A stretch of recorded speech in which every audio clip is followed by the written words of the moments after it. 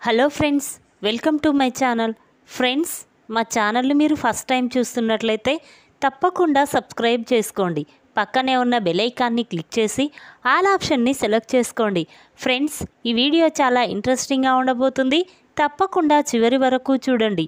ఇక స్టోరీలోకి వెళ్ళినట్లయితే వేదవతి హాల్లో కూర్చొని ప్రేమ ధీరజ్ గురించే ఆలోచిస్తూ చాలా బాధపడుతూ ఉంటుంది.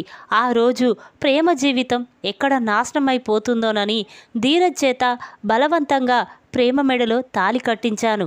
అదే వానికి శాపంలా మారుతుందనుకోలేదు. పాపం వాళ్ళ నాన్న వాణ్ణి అర్థం చేసుకోకుండా నానా మాటలు అంటున్నాడు. అందరి ముందు అవమానిస్తున్నాడు. ఇప్పుడు వాణ్ణి ఈ ఇంట్లో కూడా భోజనం చేయకుండా చేస్తున్నాడు. లేదు, ఈ విషయం వెంటనే నేను ఆయనతో చెప్పేస్తాను. అలాగైనా వాణ్ణి క్షమించి నన్ను తప్పుగా అర్థం చేసుకోవద్దని చెప్తాను అని చెప్పి ఇక వేదవతి అనుకుంటూ ఉంటుంది. ఇంతలోనే నర్మద వేదవతి దగ్గరికి వచ్చి, ఏంటత్తయ్య, ఎవరి గురించి ఆలోచిస్తున్నావు? ప్రేమ ధీరజుల గురించే ఆలోచిస్తున్నావా అని నర్మద అనగానే అప్పుడు వేదవతి, అవును నర్మద, పాపం ధీరజ్ ప్రేమ ఇద్దరూ కూడా రాత్రి నుంచి ఏమీ తినకుండా ఆ రూమ్లోనే ఉండిపోయారు. కానీ మీ మామయ్య మాత్రం వాళ్ళని పిలవడం లేదు. నాకు అది చూస్తుంటే చాలా బాధగా ఉంది అని వేదవతి అంటుంది. అప్పుడు నర్మద, చూడత్తయ్య, ఏదో ఒక రోజు ధీరజ్ గురించి మావయ్య అర్థం చేసుకొని ధీరజ్ని క్షమిస్తాడు. మీరేమీ బాధపడకండి అని నర్మద అంటుంది. ఇంతలోనే రామరాజు వేదవతి దగ్గరికి వచ్చి, బుజ్జమ్మ, నాకు పక్క ఊర్లో కాస్త మీటింగ్ ఉంది, నేను వెళ్ళొస్తాను. అవును, సాగర్ని మిల్లుకు వెళ్ళమని చెప్పు అని చెప్పి ఇక రామరాజు కంగారు పడుతూ వెళ్తూ ఉంటాడు. అది గమనించిన వేదవతి, చూడండి, టిఫిన్ అయినా చేసి వెళ్ళండి అనగానే అప్పుడు రామరాజు, లేదు బుజ్జమ్మ, బయట చేస్తానులే, వరి తిరుపతి, పదరా వెళ్దాం అని చెప్పి ఇక ఇద్దరూ కూడా పక్క ఊరికి బయలుదేరుతూ ఉంటారు. ఇక తిరుపతి మాత్రం, బావా, బండి మీద కాకుండా బస్సులో వెళ్దామా అని తిరుపతి అనగానే అప్పుడు రామరాజు, వద్దురా, బండి అయితేనే సేఫ్గా ఉంటుంది, వెళ్దాం పద అని చెప్పి ఇక రామరాజు తిరుపతి ఇద్దరూ కూడా అలా బయలుదేరుతూ ఉంటారు. ఇక కాస్త దూరం వెళ్ళేసరికి అక్కడి నుంచి భాగ్యం భర్త టిఫిన్లు అమ్ముకుంటూ ఉంటాడు. అది చూసిన తిరుపతి, ఇదేంటి, ఇతను శ్రీవల్లి నాన్నలాగే ఉన్నాడు, అయినా ఇతను ఫైనాన్స్ కదా, టిఫిన్ అమ్ముతున్నాడేంటి అని చెప్పి తిరుపతి తన మనసులో అనుకుంటూ, బావా, నీకు అక్కడ ఎవరైనా కనిపిస్తున్నారా అని తిరుపతి అంటాడు. ఇక ఆ మాటలు విన్న రామరాజు, ఓరేయ్, నువ్వు స్ట్రైట్గా చూసి డ్రైవ్ చేయరా, అటు ఇటు చూడడం ఎందుకు అనగానే అప్పుడు తిరుపతి, బావా, ఒక్కసారి అటు చూడు అని తిరుపతి అంటాడు. ఇక వెంటనే రామరాజు, ఏముందిరా అటు అని చెప్పి ఇక అటువైపు చూసేసరికి అక్కడ ఇడ్లీ బోండా అమ్ముతూ శ్రీవల్లి వాళ్ళ నాన్న కనిపిస్తాడు. అది చూసిన రామరాజు ఒక్కసారి స్టన్ అవుతాడు. అతనేంట్రా, వాళ్ళకి ఫైనాన్స్ ఉందని చెప్పిండు కదా, మరి ఇలా టిఫిన్లు అమ్ముకోవడం ఏంట్రా, వెళ్దాం పదా అని చెప్పి ఇక రామరాజు తిరుపతి ఇద్దరు కూడా శ్రీవల్లి నాన్న దగ్గరికి వెళ్తారు. ఇక రామరాజును చూసిన అతను మాత్రం ఒక్కసారి స్టన్ అవుతారు. బావగారు మీరా అనగానే అప్పుడు రామరాజు, ఏంటండి, మీరు ఫైనాన్స్ ఆఫీస్ ఉందని చెప్పారు, మరి రోడ్డు మీద సైకిల్ మీద ఈ టిఫిన్లు అమ్ముకోవడం ఏంటి అని రామరాజు అనగానే అప్పుడు అతడు సైలెంట్గా ఉంటూ ఇక తన మనసులో, ఇదేంటి, నేను బావగారికి అడ్డంగా దొరికిపోయాను, ఇప్పుడు భాగ్యం చూస్తే నన్ను చంపేస్తుంది, ఎలా అని చెప్పి ఆలోచిస్తూ, అది కాదు బావగారు అని చెప్తూ ఉంటే అప్పుడు రామరాజు, చూడండి, ఆ రోజే నాకు డౌట్ వచ్చింది, మీరు పదే పదే ఇడ్లీ బోండా అంటూ ఉంటేనే మీ గురించి నేను అర్థం చేసుకోవాలి, కానీ మీరు మమ్మల్ని మోసం చేస్తలేరు అనుకొని మిమ్మల్ని గుడ్డిగా నమ్మాను, కానీ మీరు మాత్రం మమ్మల్ని మోసం చేసి మీ కూతుర్ని నా కొడుక్కిచ్చి పెళ్లి చేయాలని చూస్తారా అని చెప్పి రామరాజు అంటాడు.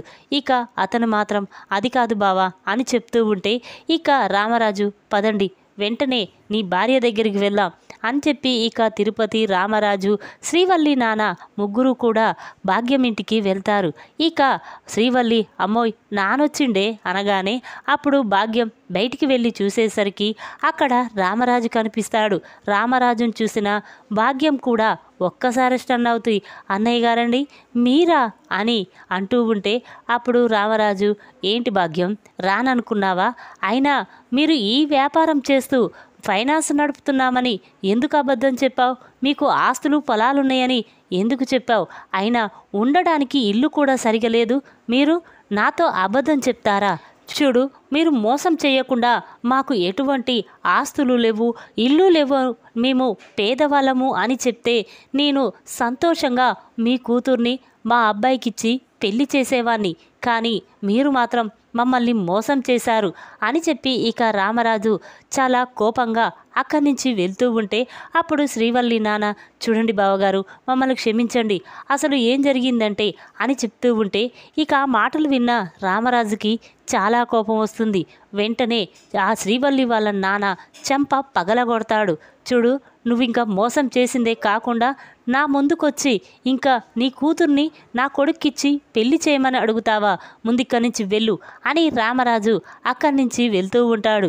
ఇక శ్రీవల్లి మాత్రం, మావయ్య, మా అమ్మ చేసింది తప్పే, తన కూతుర్ని పెద్దింటికిచ్చి పెళ్లి చేయాలని మా అమ్మ ఎన్నో కలలు కంది. అందుకే మీ సంబంధం చూసేసరికి మా అమ్మకి ఏం చేయాలో తోయక ఇప్పుడు ఆస్తి డబ్బు ఉన్నవాళ్ళవని నీతో అబద్ధం చెప్పింది మావయ్య, మమ్మల్ని క్షమించు ప్లీజ్ మావయ్య, ఈ పెళ్లి జరగకుండా చేయకు అని శ్రీవల్లి అంటుంది. అప్పుడు రామరాజు, చూడమ్మా, మీరిలా మోసం చేసేవాళ్ళంటే నాకు అస్సలు నచ్చదు. నా చిన్న కొడుకే నన్ను మోసం చేసి ప్రేమించిన అమ్మాయిని పెళ్లి చేసుకున్నాడనే నాన్ని నేను పక్కకు పెట్టాను. అలాంటిది మీరు మోసం చేస్తే ఎలా క్షమిస్తాననుకున్నావు అని చెప్పి ఇక రామరాజు తిరుపతి చాలా కోపంగా అక్కడి నుంచి వెళ్ళిపోతారు. ఇక అది చూసిన భాగ్యం మాత్రం చాలా కోపంగా, ఏంటండి మీరు ఇడ్లీ మొండ ఎక్కడ అమ్మాలో తెలియదా? అయినా ఈ 4 రోజులు వేరే ఊర్లో అమ్మితే అయిపోయేది కదా, మిమ్మల్ని చూడడం వల్లే ఇదంతా. ఛీ, నిన్ను చేసుకొని నేను దరిద్రంలోనే బ్రతుకుతున్నాను, అలాంటిది మన కూతురు జీవితాన్ని కూడా నువ్వు నాశనం చేశావు అని చెప్పి ఇక భాగ్యం తన భర్తని తిడుతూ ఉంటే అది చూసిన శ్రీవల్లికి చాలా కోపం వస్తుంది. ఏంటమ్మా, ఇంకా నాన్ననెందుకు తిడుతున్నావు? చేసిందంతా నువ్వే కదా. ఆ రోజు చెప్పాను, మనకి ఎలాంటి ఆస్తులు పొలాలు లేవని, మనం పేదవాళ్ళమని చెప్పమన్నాను. కానీ నువ్వేం చేశావు? అలా కాకుండా మనం ధనవంతులమని, మనకు పెద్ద ఇల్లున్నాయి, ఆస్తులు పొలాలు ఉన్నాయని నువ్వు వాళ్ళతో అబద్ధం చెప్పావు. ఈ అబద్ధం ఇప్పుడు వాళ్ళకి తెలిసిపోయింది. ఈ పెళ్లి జరగదని ఖచ్చితంగా చెప్పి వెళ్ళిపోయారు అని చెప్పి ఇక శ్రీవల్లి బాధపడుతూ ఉంటుంది. ఇక రామరాజు మాత్రం, ఒరే తిరుపతి, ముందు ఇంటికి పోదాం పదరా అని చెప్పి ఇక తిరుపతి రామరాజు ఇద్దరూ కూడా ఇంటికి బయలుదేరతారు. ఇక చాలా కోపంగా రామరాజు ఇంటికి వచ్చి హాల్లో కూర్చొని బాధపడుతూ ఉంటాడు.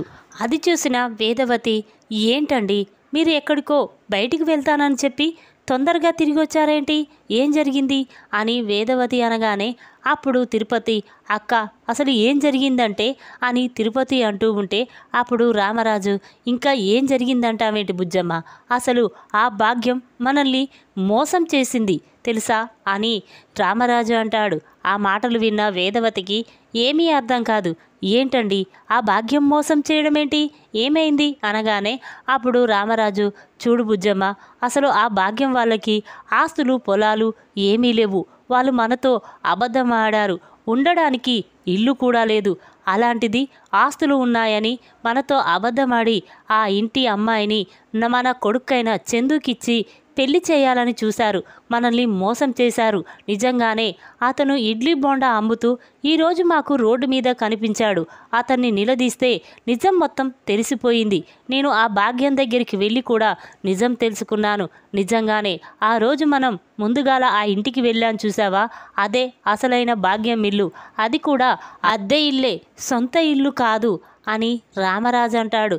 ఆ మాటలు విన్న వేదవతి, అవునా, అసలు ఆ భాగ్యం ఇంతలా మోసం చేస్తుందని అస్సలు అనుకోలేదు అని వేదవతి అనగానే అప్పుడు నర్మద, అవునత్తయ్య, వాళ్ళ మాట తీరు చూస్తుంటే నాకు అలాగే అనిపించింది. నేను వెంటనే మామయ్యతో ఈ విషయం చెప్దామని సాగర్కి చెప్పాను. కానీ సాగర్ మాత్రం నన్ను మామయ్యకి ఈ విషయం చెప్పకుండా ఆపేశాడు. నాకు ఆ రోజే డౌట్ వచ్చింది అత్తయ్య అని నర్మద అంటుంది. ఇక ఆ మాటలు విన్న వేదవతి, ఇప్పుడు ఎలా అండి, మనం నిశ్చితార్థానికి కూడా ముహూర్తాలు పెట్టుకుందామని చెప్పాం కదా అని వేదవతి అనగానే అప్పుడు రామరాజు, చూడు బుజ్జమ్మ, ఇప్పుడు మనం ఆలోచించకుండా చందుకి పెళ్లి జరిపిస్తే జీవితాంతం వాడు బాధపడతాడు. వద్దు, ఈ పెళ్ళి క్యాన్సల్. అసలు ఆ అమ్మాయి ఈ ఇంటి కోడలిగా అస్సలు పనికిరాదు. తను ఈ ఇంట్లో అడుగు పెడితే మాత్రం ఈ ఇల్లింటిని నాశనం చేస్తుంది. వాళ్ళ అమ్మ మాటలు పట్టుకొని ఈ ఇంటిని 2 భాగాలుగా చీలుస్తుంది అని చెప్పి ఇక రామరాజు అంటాడు. ఆ మాటలు విన్న చందు కూడా చాలా బాధపడుతూ ఉంటాడు. ఏంటి, నాకు ఎక్కడ పెళ్లి చూపులు చూసినా ఏదో ఒకటి జరుగుతుంది, నా వల్ల నాన్న చాలా బాధపడుతున్నాడు అని చందు కూడా బాధపడుతూ ఉంటే అప్పుడు నర్మద, చూడండి మామయ్య, బావగారికి ఎక్కడో ఒక చోట మంచి సంబంధం చూసి పెళ్లి చేద్దాం. కానీ ఇలాంటి మోసం చేసే వాళ్ళని ఈ ఇంటికి తీసుకువస్తే మనల్ని కూడా ప్రశాంతంగా ఉండనివ్వరు అని నర్మద అంటుంది. ఇక ఆ మాటలు విన్న రామరాజు సరేనమ్మా అని చెప్పి ఇక అందరూ కూడా అక్కడి నుంచి వెళ్ళిపోతారు. ఇక నర్మద సాగర్తో, చూసావా సాగర్, నేను చెప్పిందే నిజమయ్యింది. ఆ భాగ్య నిజస్వరూపం మావయ్య గారు తెలుసుకున్నారు. ఆ భాగ్యం వాళ్ళకి ఎటువంటి ఆస్తులు అంతస్తులు లేవు. వాళ్ళది అద్దె ఇల్లు. వాళ్ళ అమ్మాయిని బావగారికిచ్చి పెళ్లి చేసి ఈ ఇంటి ఆస్తిని తీసుకువెళ్ళాలని చూశారు. చూసావా, నేను చెప్పింది నిజం జరిగింది అని నర్మద అనగానే అప్పుడు సాగర్, చూడు నర్మద, నువ్వు ఈ ఇంటి గురించి ఎంతో మంచిగా ఆలోచిస్తున్నావు. కానీ నేను మాత్రం నిన్ను అపార్థం చేసుకున్నాను, కొట్టబోయాను. నన్ను క్షమించు నర్మద అని సాగర్ అంటాడు. అప్పుడు నర్మద, అదేంటండి, మీరు ఏదో కోపంలో అలా అన్నారు, మన మధ్య క్షమాపణలేంటి అని చెప్పి ఇక సాగర్ నర్మద ఇద్దరు కూడా మాట్లాడుకుంటూ ఉంటారు. ఇంతలోనే చందు, అరే సాగర్ అని పిలుస్తూ ఉంటాడు. చందు మాటలు విన్న సాగర్, ఏంటన్నయ్యా అనగానే అప్పుడు చందు, ఒరే, వాళ్ళు మోసం చేశారని కాదురా, తన కూతుర్ని గొప్పింటికి ఇయ్యాలని తను కలలు కన్నదో ఏమో, కానీ ఇప్పుడు నేను ఆ అమ్మాయినే పెళ్లి చేసుకుంటాన్రా అని చందు అంటాడు. ఆ మాటలు విన్న సాగర్, అదేంటన్నయ్యా, మోసం చేసిన వాళ్ళని నువ్వెలా పెళ్లి చేసుకుంటావు? ఆ అమ్మాయి ఇక్కడికి వస్తే ఈ ఇంటిని సర్వనాశనం చేసేస్తుంది అని సాగర్ అనగానే అప్పుడు చందు, చూర్రా, ఇప్పుడు ఆ పెళ్లి సంబంధం వదులుకుంటే నాకు మళ్ళీ పెళ్లి చూపులంటారు, మళ్ళీ వేరే అమ్మాయిని చూడాలంటారు. చూడు, నా వల్ల నాన్న ఇలా బాధపడడం నేను చూడలేకపోతున్నాన్రా. ఆ అమ్మాయిని పెళ్లి చేసుకున్నాక ఆ బాధ ఏదో నేను పడతాను, కానీ నా కోసం నాన్న ఎప్పుడూ బాధపడవద్దు అని చందు అనగానే అప్పుడు సాగర్, లేదన్నయ్య, ఇప్పుడు నువ్వు అమ్మాయిని పెళ్లి చేసుకుంటే జీవితాంతం బాధపడతావు. నీకు అలా జరగకూడదన్నయ్య, వద్దు అని చెప్పి సాగర్ అనగానే అప్పుడు చందు, ఎలారా, నా వల్ల ఇంతలా బాధపడుతున్న నాన్నని నేను చూడలేకపోతున్నాను అని చందు కూడా బాధపడుతూ ఉంటే అప్పుడు సాగర్, పర్వాలేదన్నయ్య, నాన్నకి ఏమీ కాదు, నువ్వేమీ బాధపడకు అని చెప్పి ఇక సాగర్ అక్కడి నుంచి వెళ్ళిపోతాడు. ఇక చందు మాత్రం, లేదు, ఎలాగైనా నేను ఆ అమ్మాయినే పెళ్లి చేసుకుంటాను, నాన్నకు తెలియకుండా వెళ్ళి ఆ అమ్మాయిని పెళ్లి చేసుకొని తీసుకొస్తాను అని చెప్పి ఇక చందు అంటాడు.